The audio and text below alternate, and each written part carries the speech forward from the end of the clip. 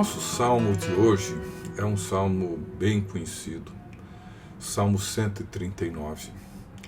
É um salmo que eu procurei memorizar há uns anos atrás. Uma oração que retrata, descreve o estado da nossa alma, sobretudo uma realidade que é tão comum, tão presente na vida de todos nós, que é a solidão. É sobre isso que eu gostaria de conversar, pensando e tendo diante de nós esse salmo.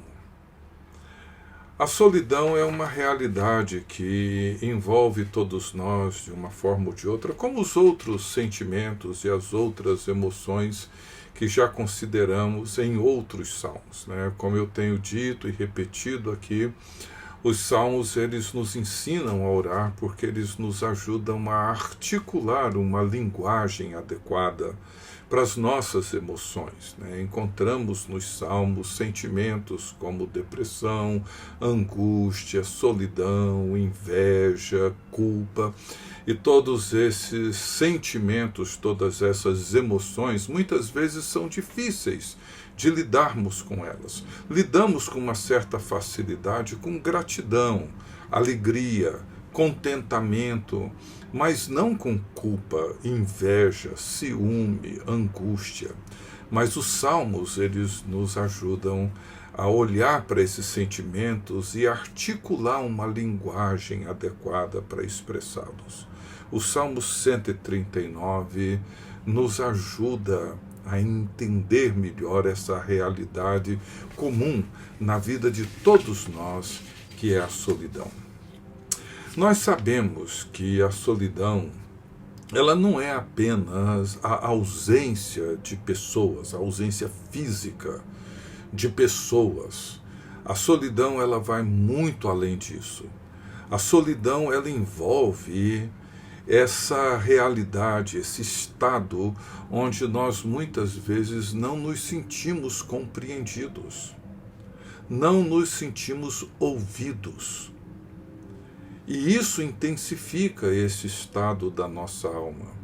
Eu já ouvi muitas vezes pessoas que, depois de uma experiência dolorosa de fracasso no casamento, e em algum momento encontram uma outra pessoa e casam novamente. Já ouvi de muitas mulheres e homens que, diante de um novo matrimônio, costumam dizer algo semelhante assim: até que enfim encontrei alguém que me compreende, encontrei alguém que me ouve. É impressionante isso. Encontrei alguém que me compreende, alguém que me ouve. Esse é um problema, um obstáculo, uma barreira que nós encontramos de forma muito comum e muito frequente em todos os nossos relacionamentos, e isso intensifica a nossa solidão. Muitas vezes nós nos vemos cercados de pessoas, rodeados de gente. Vivemos em ambientes bastante agradáveis, socialmente bons, mas no fundo, nos sentimos solitários, porque não temos alguém que nos compreenda, alguém que nos ouça. E isso muitas vezes acontece, inclusive, dentro de casa, dentro da família. Às vezes, os nossos cônjuges, eles não nos compreendem. As pessoas mais próximas de nós, elas não param para nos ouvir. Muitos filhos se ressentem do fato de que os pais não os compreendem e não para ouvi-los, para prestar atenção neles. Então, é sobre isso que eu gostaria de meditar com vocês, considerando, tendo diante de nós esse salmo. Não importa se estamos cercados de muita gente. A questão toda é quantas pessoas você tem hoje que de fato te compreendem, que te ouvem, que te entendem, que reconhecem quem você é. O Salmo 139 é um salmo que começa descrevendo o fato de que Deus nos conhece. Ele começa dizendo: Senhor, tu me sondas e me conheces. Sabes quando me assento e quando me levanto. De longe penetras os meus pensamentos, esquadrinhas o meu andar e o meu deitar, e conheces todos os meus caminhos. É impressionante a maneira como o salmista introduz esse salmo. Senhor, tu me conheces. Somente Deus me conhece completamente.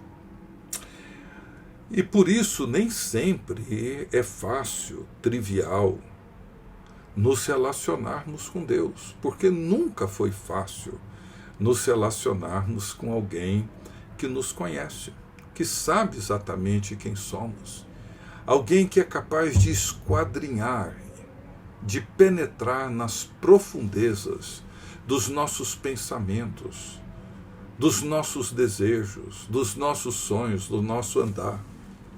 Mas o Salmo começa dizendo que Deus é assim, que Deus nos conhece. Por isso que muitas vezes, e isso é o que o salmista reconhece, nós somos levados, tentados a fugir de Deus. Porque os meus pensamentos, os meus desejos, os meus sonhos não lhes são ocultos. Mesmo as minhas palavras não ditas, os meus pensamentos mais secretos, não são ocultos para Deus. Ele os conhece todos. Conhece os meus medos, a minha insegurança. Ele conhece as coisas não confessáveis, aquelas coisas que passam pela minha mente, aquelas coisas que no secreto eu penso, e muitas vezes aquelas coisas que no secreto fazemos. Deus as conhece. Por isso, muitas vezes nós fugimos de Deus. Fugimos dele, mesmo sabendo que ele nos ama, mesmo sabendo que ele nos protege, mesmo sabendo que, nos conhecendo plenamente, perfeitamente, ainda assim, ele nos ama, ele nos perdoa. É por isso que o salmista reconhece a profundidade dos pensamentos de Deus e os propósitos divinos. Ele diz, é mais do que o que eu posso compreender. Então, para o salmista, diante de Deus, não há nada que eu possa esconder. Não há nada que ele não saiba. Muito antes de sequer eu saber, eu ter conhecimento das coisas que se passam comigo. E é por causa desse conhecimento que Deus tem de nós, que Santo Agostinho escreveu uma oração onde ele diz o seguinte: ó Deus, faz que eu te conheça, meu conhecedor, como eu te conheça, que eu te conheça como de ti sou conhecido. Virtude de minha alma, penetra, assemelha a ti, para que a tenhas e possuas sem mancha nem ruga. Esta é a esperança com que falo, e nesta esperança me alegro, quando gozo de sã alegria. E para ti, Senhor, que conheces o abismo da consciência humana, que poderia haver de oculto em mim, ainda que não te quisesse confessar? Poderia apenas esconder-te de mim, mas nunca esconder-me de ti. Que coisa impressionante. Veja como ele termina. Para ti, Senhor, que conheces o abismo da consciência humana, que poderia haver de oculto em mim, ainda que não te quisesse confessar? Poderia apenas esconder-te de mim, mas nunca me esconder de ti. É para esse relacionamento que Deus nos convida. Por quê? Porque o conhecimento de Deus, esse tipo de relacionamento, ele rompe com a solidão. Principalmente aquela solidão que impõe sobre nós o medo, a insegurança. É um relacionamento que quebra as algemas, as amarras que o medo, a insegurança, a incerteza impõe sobre nós. É um relacionamento que nos abre, nos liberta para amar e para nos doar. Nunca seremos plenamente compreendidos. Isso é uma realidade que nós precisamos reconhecer e aceitar. Nunca seremos plenamente compreendidos. Nunca. Nem mesmo pelo nosso cônjuge, nem mesmo pelos nossos pais, nem pelos nossos melhores amigos. Nós nunca seremos plenamente compreendidos, muito menos plenamente conhecidos. É por isso que nesse salmo nós vemos a insistência humana em querer fugir de Deus, do único que me conhece. Preferimos viver escondidos de nós mesmos, na medida em que nos escondemos dos outros.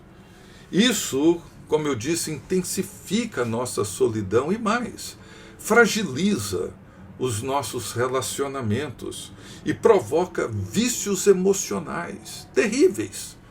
Vícios como a compulsão pelo trabalho, a compulsão pelo consumo, a compulsão pelo sexo, a compulsão religiosa. Nós vivemos num cenário onde nós precisamos o tempo todo nos esconder, e muitas vezes um dos lugares melhores que nós encontramos para nos esconder é a igreja, é a religião. Eu falo isso como pastor.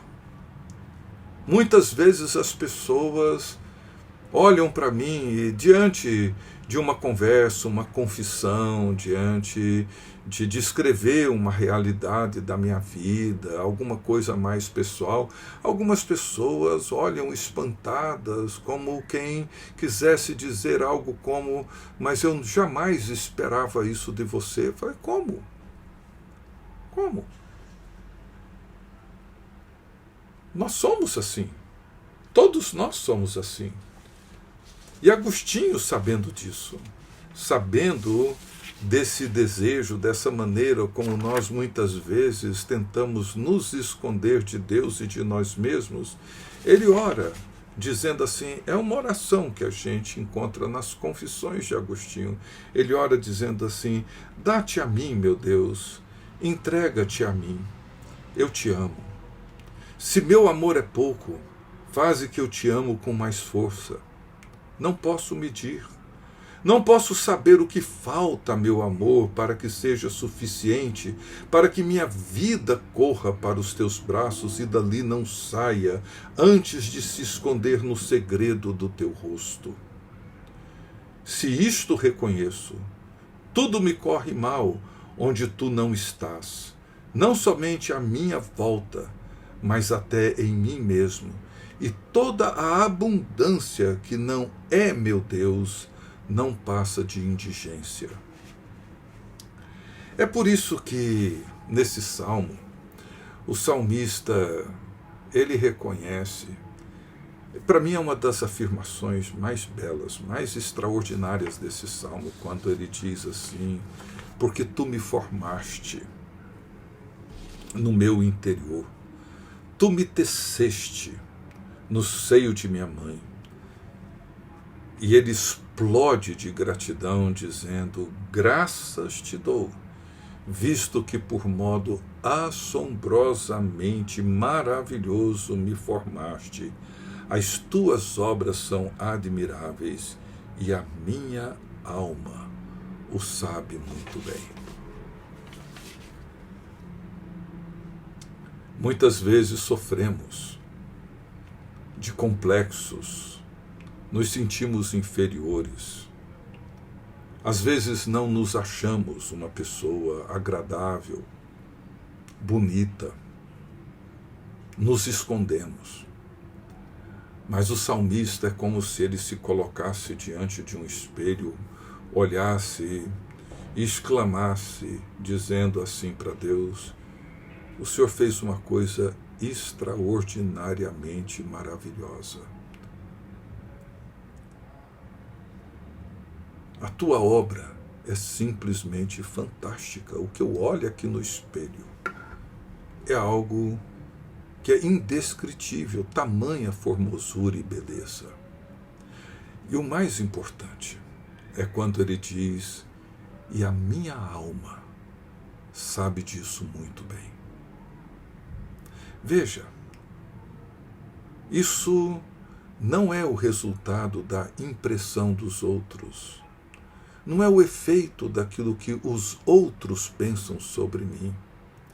A minha alma sabe dessa verdade. Quando eu olho e quando eu vejo a maneira assombrosamente maravilhosa com que o Senhor me criou, me formou, me teceu, ainda no ventre da minha mãe, a minha alma sabe que isso é extraordinariamente maravilhoso. É assim que o salmista entende essa realidade. É assim que ele compreende a vida de comunhão com Deus. Os meus ossos foram formados quando nenhum deles havia ainda. Os meus dias foram contados quando nenhum deles havia ainda. Ou seja, não há nada encoberto na minha vida que Deus já não soubesse antes.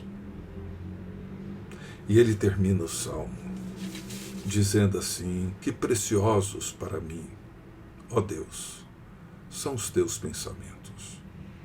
E como é grande a soma deles. Se os contassem, excedem os grãos de areia. Contaria, sem jamais chegar ao fim. É por isso que nos Salmos encontramos com frequência esse convite para Deus nos sondar, para Deus olhar para o nosso interior.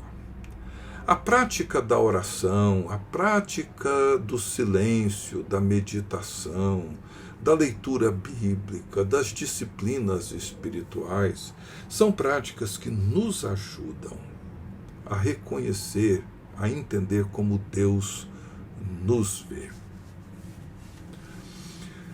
Bernardo de Clairvaux, ou Bernardo de Clairvaux, um monge do século XII, um monge cisterciense, ele escreveu um tratado magnífico sobre o amor de Deus.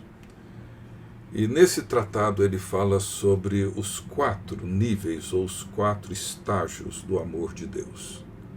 No primeiro, ele fala que é quando nós aprendemos a nos amar por causa de nós.